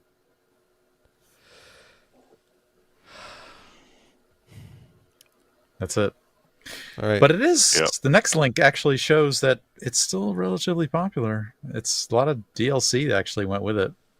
And they just had a huge sale a little while ago. It was like, yeah it's probably 1979 seems right about you. Nope. 57. Nope. No. I was born in 82. Keep Thank you going. very There much. you go. Save view page. Okay. No, you are old enough to see it. I am. Okay. So, I mean, it's still, season pass is still $20. If you scroll down, I think the whole kit is like $40 still. Yeah. The full Onslaught collection is $50. Well, how isolated is it if you have all those friends? It's not extremely isolated if you have a lot of friends, but the point is it goes on sale, for like 80% off every now and then, but it's still commanding high prices even after 10 years. I think a sequel to Isolation would be popular. I can see why they're doing it. The most frightening think moment they only- I've ever had. Go ahead, Josh. I think I only ran the benchmark of Alien Isolation. You say that about a But lot of like- games. Yeah. I don't think Yeah, Josh. the most frightening moment I ever had in a video game occurred during Alien Isolation. It is When one scary AF. There's a lot of tenseness that builds up in it. And one night, one of our cats actually walked into the room unbeknownst to me as I'm crawling through a vent on this space station and just suddenly goes, meow. And I almost shit myself. I thought you were going to say Because- my scariest moment in gaming ever happened playing that game. There I was at my PC. Somebody broke into my home, and Right. It's because sound is so important. I think sound Yes. worked into games as a trigger is very, very interesting and has a what certain was the other game sort where you of always talk about the sound being so integral to the experience? System Shock 2. System Yes. shock too. That's Yeah. right. Yeah. Insane for audio. Yep. I actually said to somebody who came in the room once when I was playing it, I said, "Shh, they'll hear you." No, Alien Isolation did that with sound. There were so many just creepy sounds on the station, but they did it with shadows too. And this is Yeah. before ray tracing. You would be walking along and there would just be like just a random like lamp or something would fall over and you would see the shadow of something moving. And you would just be like, what was that? Was that a xenomorph? What, it did a great job in just building this tension. Wait, Kent, are you saying that you had an immersive, memorable gaming experience in the age before RTX on? Yes. Wow. Interesting. Wow. How many So how it's many of possible. these stories will be told 10 years from now about, and then I got the RTX card and I turned on ray trace shadows? I could not believe it. I was terrified because suddenly those shadows that weren't there before, they were there. And it You know what? really improved No the one. experience. Okay. No one will say that. All right. Who doesn't want a game based on a film? The Rocky Horror Show A video film. game. Yes. So Let's do the time warp again. Yeah, it's awesome. It's just a jump to the left. And a step to the And then right. step to the right. Put your hands on your hips. in all its 8-bit glory. Yep. Brad and Janet. Damn it. Damn it. It looks like an NES game. Yes, for real. Yeah. So they're actually updating this, and they're going to bring it out like it, as Sebastian was saying, practically NES level gaming. It's coming out in 2024. The Rocky Horror Picture Show is practically forever. B. Mori. Practically. Yeah. Oh, this was what do they say? Tim Curry's high watermark. The Rocky Horror fan. He's got the DVD right at hand. It's got both the Canadian or the US and the UK version. They are different films. There's a UK version? Okay. There what is, was different and it's about different. What? The What accents, was Brett. different? Because people Besides, in the there are UK, they certain speak with a lines- British accent. That's what I've learned. Yeah, a little bit, but not so much. Do tell. okay. There are Bring it. certain lines that are colloquialisms for America that don't fly over in Britain quite as well.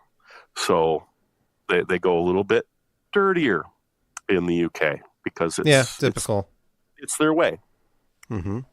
And because it wouldn't fly with the censors over here. So if you get to watch the UK version, it's almost more enjoyable. Really? Meatloaf has a little more fun. Meatloaf So there has a are little more fun. scenes. There So are Brett scenes I may didn't have even never know seen. about the UK edit. I didn't. Interesting. So they concurrently filmed these, or was there just like dubbing involved? I wonder. No, they did two different performances, Wonderful. two Wow. completely different recordings. And if you're an aficionado, you will notice that no, even though the time warp is the same, it's not quite the same because a human doesn't do the exact same thing twice. Mm-hmm. On that note, we'll see what brand new and exciting pick Josh might have on our next segment, Picks of the Week. Mr. Walrath, what do you have for us? I have for you a thing which is kind of computer adjacent. So you remember back in the days when you would have Peltier cooling? Peltier? Oh, yes. Peltier, whatever you want to call it. Yes, monumentally Essentially, inefficient you cooling, yes. apply a current to this block, and one part becomes hot and the other part becomes cold. But if you turn it around and you heat the bottom, but you have a cooling device on top, it creates an actual current in there, and that current drives a fan. And so these stovetop fans, which you put on top of your hot your wood burning stove, helps to circulate the air without applying any kind of electricity to it. So you just put that on top of your stove, the base heats up, you've got cooling fins on the top. Next thing you know, you're driving current into a fan, and it's spinning and it's moving air. Wow. And it works really well. I bought one of these because Is this my your living room, boiler has Josh, that we're looking at here? It's No, very it's not. nice. It's not my living. Oh, I fell that on my hardwood living room floor. night. Okay. Anyway, You've had a wood stove without one of those for this long. yeah. Can you I'm believe it? amazed. Yeah. I Jeremy, looked at you, one years ago, and when the technology was still kind of new, and we were going to get it from Home Depot, and it was like $150. And Wow. we just didn't feel it was really worth it because we were poor. And I had spent all my money on computer hardware. And now that these are $30 and, pretty nice, then hey, why not? I may even buy a second one, point one in the other direction. Ooh. The Look at other this guy. side of He's on his couch, freezing. And all the heat is just going up to his ceiling and avoiding him and his cat. Yes, because you don't yes. have a fan on your ceiling to. And then look at that. This $30 Amazon fan just is blasting him with heat. Mm-hmm. He's gonna have to start taking off some clothes here pretty soon. Hey, now. Pretty soon. That's not that kind of show. Yeah. Oh, okay. What's the cat gonna do, huh? That's the after show. Now, if you need to save $2, you can get the 3-bladed version. But I get it. No, it's not worth it. The 6-bladed version for just Yeah. $22.99. Yeah. But anyway, it's I remember my first Peltier unit back in the case 6 days.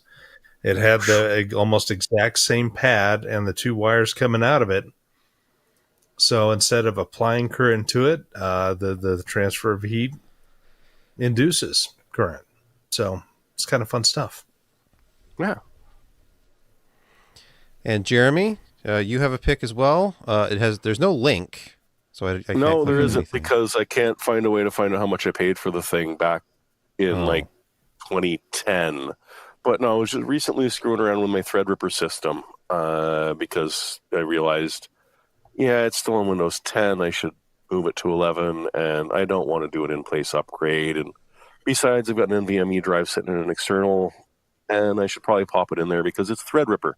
It has more than enough PCIe lanes to handle as many drives as I want to throw in there. And I realized there was something in there I had totally forgotten about. A 1 terabyte Western Digital Black Caviar 7200 RPM, which has probably been chugging SETI at home, folding at home, various Boink projects for well over 10 years and hasn't burped once. So I just, a little respect for this damn thing, which Did you shut I'm it probably off? never going to use. I'm going to throw it in a corner somewhere and use it as a paperweight or something. But I'm sorry, well over 10 years without a single problem, chewing data constantly uploading and downloading and moving data. I cannot complain. I'm sure it cost me a couple of $100 back in the day. Yeah. Because, 1 terabyte in 2010 or so was, it wasn't cheap. But hey, I think I got my money's worth out of this thing. I think the warranty's expired, though. Oh, well. But you can buy a It's a little bit refurbished of one at respect for Disctac, ancient technology. $33. I wouldn't buy it nowadays unless you're a masochist. Or if Some you're into people are retro like- hardware and need Okay, a there's that. spinning hard drive for some reason. But hey, there's kids these days that would look at this and wonder what the heck it is and why Is that a Grandpa's waving save it around. icon? They won't know. Yeah, people don't even know what that is. Yeah. Maybe Brett. I'll harvest the magnets. Brett, Well, your pick. two things came together. We had a little Prime Day going on with Amazon. It's like small Prime or subprime. Ooh, maybe too much. But Prime Days are going on with Amazon right now, and I had a mess to clean up, so it needed to be vacuumed, and I got out the small vacuum cleaner, the very small portable wet dry vac, cleaned it up, and did a fantastic job. This thing has been useful for so many years. I have the previous version of this thing. This thing totally sucks. It's the Bissell Little Green multi-purpose portable wet dry vac. Take it everywhere. Take it to the car, take it to the stairs, take it to the couch, wherever you have a It's mess. certainly well named. It exists. It totally is. And Definitely this green. this thing really does suck. It's so good. It's with the Okay. combination of the That is not Bissell- its intended purpose, Brett. yeah, And yeah, you it shouldn't is. be It doing actually- that. Oh, we're talking about different things. I'm talking about cleaning up spills and messes on couches and stairways and car. I wonder what upholstery. I'm just curious, and I don't actually want to know, but I am curious about Don't this ask what mess he you're spills talking in about. Like, couches. I had a little mess to clean up, and the one room you didn't mention, I think, was the bathroom. And sometimes You know what? It was sometimes a couch cushion. It was a couch Oh, cushion. okay. Well, hey, you know what? Who hasn't gotten drunk and peed all over their own couch? Am I right? That is not. That is. Besides the fact that you may have a point, that's not what happened. Okay. Anyway, for $81, this thing is a steal for what it's capable of doing. I recommend people take advantage of the Prime Day deals that are going on, especially if you need a vacuum for cleaning up after whatever might happen in the car or with a pet, Yeah, or somebody puppies spilling in a drink on a cages? couch. When I Somebody had two spilling a drink on a puppies, couch. I What's had with the puppy I had a similar cage? thing from Bissell, and it was great. But after a while, I realized that as much as you can clean the carpet, you can't really clean the pad under the carpet. Ooh, And yeah. after getting them finally trained, there was still a smell in the house. I ended up ripping up all the carpet and padding and throwing it all away. So, but it made the floor look better before I finally made that choice. Mm-hmm. Sorry, what were we talking about? I was talking about getting no, never mind. But this does get some amazing stains out of carpet. That's good. It's amazing. Recommended for that. Yeah, I Personal- like picks like that. Just household Personal items. opinion. Yeah. It's good to know that there's a good solution out there for people who. What's the word? Have Incontinent? urine-soaked carpets? You know what? That's not what I said, actually. Oh, okay. All right. Kent, your pick. So, as most of our viewers know, our regular viewers anyway, I live in Asheville, North Carolina, and we were hit really hard by Hurricane Helene. I've lived in Western North Carolina my entire life. That's 55 plus years now, and I've never seen anything like this. My wife and I were extremely lucky. We suffered really only very, very minor damage in our home, just one leak on the roof. We were without power for about a week, but that's really all that affected us. All of our friends are safe, but many of our friends and coworkers actually lost people during this. There are thousands of people who lost their homes. There are townships here that actually just don't exist anymore. I've got a friend who lives in a small town called Girton nearby that he can't get out, basically. All the roads that lead to any of the more major towns from where he lives are gone. The roads are gone. So my pick this week, if you have the ability to do so, there is a fund that Governor Roy Cooper has set up to help for hurricane recovery. The mental health facility I work for is actually currently functioning as a supply warehouse for supplies that come in for us to distribute them to a lot of the community in need right now. So if you have the ability to help, we would greatly appreciate it. But there's a lot of media going around about this event, and a lot of it's not true. And I wanted to address some of that a little bit. First off, FEMA and the National Guard were here within 24 hours after it happened, distributing supplies, water. There's still about 80% of the city of Asheville that does not have water, which is, about 75,000 people without water in their homes.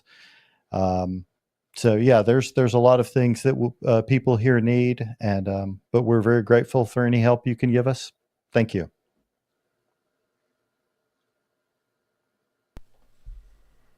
Thank you, Kent.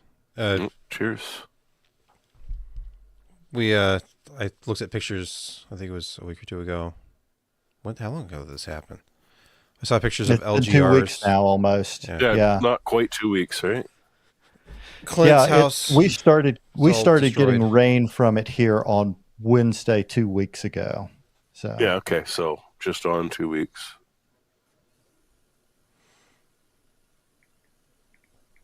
The crazy thing to me is just looking at the before and after pictures. When people Oh, have yeah. done I the agree. side-by-side aerial view.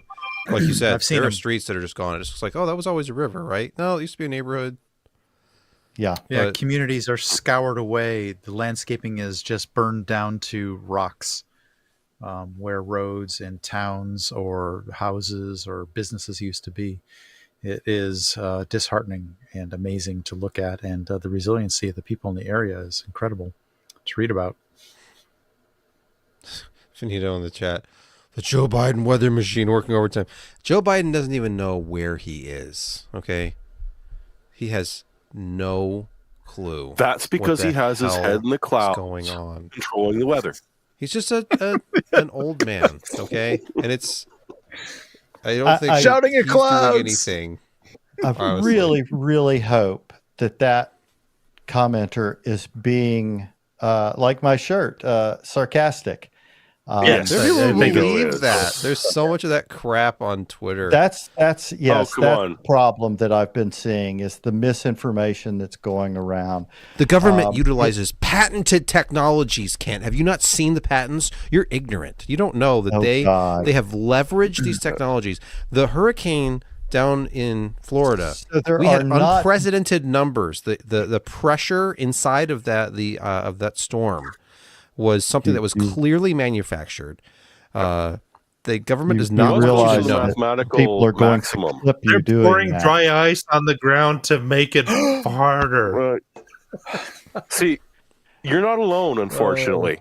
The premier of Alberta, so essentially like the governor of a state down there, the premier of a province up here, has been recently blaming the U.S. Department of Defense for shooting chemtrails across Alberta. So As you YouTube don't chat have- mentions, this is definitely 5G's fault. It's too many high frequency. Yeah, it started with Oh, COVID, and it just continues. You know, it's Yeah. what won't 5G do, really? well, it's going to make the flat Earth round for one thing, and that will just ruin everything. Oh, gravity. How I does it miss work? it. Oh I wait, miss that's it. magnets. That's magnets. The one thing I Supposed to love, we don't have to talk anymore about this. Is all the let's say as much controversial stuff as we can because it's all going to be cut from the final version of the podcast. Pack it But in. let's, Pack it in. okay, I have a relative who is very much of the belief that 5G means that all of our brains are being microwaved now, and it's to lower our resistance to suggestion. The same thing, like the stuff that's put into water supplies, I think was also like mind Fluoride. control. Fluoride. So they refuse to use fluoride toothpaste. They don't use fluoride water. And so the 5G, though, they're convinced that caused COVID and everything else. So, but I say, but do you even know what 5G is? I don't want to talk about it okay, but the 5G is just a marketing term, and there's 3 different ways, at least, to get bandwidth high enough to claim it's 5th generation, because 5G just stands for 5th generation. Remember None of which are microwaves. long-term evolution? The long-term evolution of cell phone data, LTE, long-term TE. evolution. And it was supposed to be just this continuing, we're going to make improvements, but that wasn't good enough because average people don't know what that means. Nobody knew what LTE stood for. They just knew that, well, 4G is faster than 3G. Okay. So then AT&T, Yeah. which didn't really have a 4G network, they had enhanced backhaul so they could call their 4G HSDPA plus. Yep. That was 4E It had an on the iPhone for a while. Yeah. An E. It had that stupid little E there. So then 5G, you have to get to a certain bandwidth level to claim that it's 5G without putting an asterisk on it. You can do it through Wi-Fi. You can do it through dual stream, like you can do dual send, dual receive, like MIMO. So you just You have brought it up. 2 You signals still going have out nightmares of in, benchmarking in the MIMO? and you can do microwave, like M-wave. So like much smaller. Because obviously you need higher frequencies. The only way to get more data faster is to have a smaller frequency band so that you can have the rising and the falling. You know, it's just, so you can do 2 streams, multi-stream Wi-Fi or multi-stream LTE. You can do M-wave. So it's like, okay, if you are worried about M-wave, then do some research, find out what your local 5G solution is, and then just disable 5G on your phone. But whatever. Anyway, But I'm still surrounded by the beams. that's true. Yeah. That's why you wear the tinfoil around your head to protect your brain. He does. So, Yeah, he does. Yep. you know, my day job, I work at a first episode psychosis clinic. That's How what do I you say tell about anymore? myself a lot. You know, Like, how do you even tell at this point? well, you know, that's the thing is the more stories I hear from people about, you know, the helicopters or whatever, the more I think, you know, I think like almost half of the U.S. population really would qualify as having psychosis at this point, Should be surrounded by walls. There's just which is what Trump wanted to do: surround us with a wall. Yeah, but they Well- were rubber. you've Wasn't invoked that the a T, thing? the T word. So long and thanks for all the fish. Yeah, Someone the sane created the asylum Wonko. for everybody Wonko the else sane. because Wonka the sane because he decided the world was insane when he picked up a box of toothpicks and it had the instructions printed on it. Yes. That is true.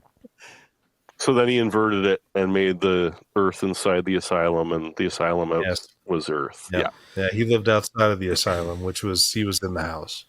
Yes. Douglas Adams was a forecaster. Ahead of his time. Yes. he Thanks, was. Mark. We're sorry too. Much appreciated. Thanks, Mark. Mark, I'm not sure what he's sorrying about, but thank you. It's probably everything. He's All a of it. Kiwi, She's so sorry he's for just sorry watching about this. North America. He's No, he's probably just sorry that apologizing for North America. We're he might just like us off. stop. Let's do a clean break here. Let's do an outro. We're gonna hold on. I'll wait for the smoke to clear. Yep. I want to thank you for watching, listening to this podcast. We will be back again next week with more exciting content in the PC hardware enthusiast space. Until then, good night. So long, and thanks for all the fish. Ooh, And then, nice. for reasons I refuse to make clear, we're going to cut the live stream short this week. So thank you for everybody who are live stream short. It's 12:10 a.m. Sure. where I am, It's, so- it's, yeah. Yes, For some please. reason, I need to talk to the other guys for about 10 minutes while I'm recording. I don't know Okay. why. It's weird. Okay. Thank you, everybody. Good night, good night. everybody. Thank you all. I do need to Benetto. use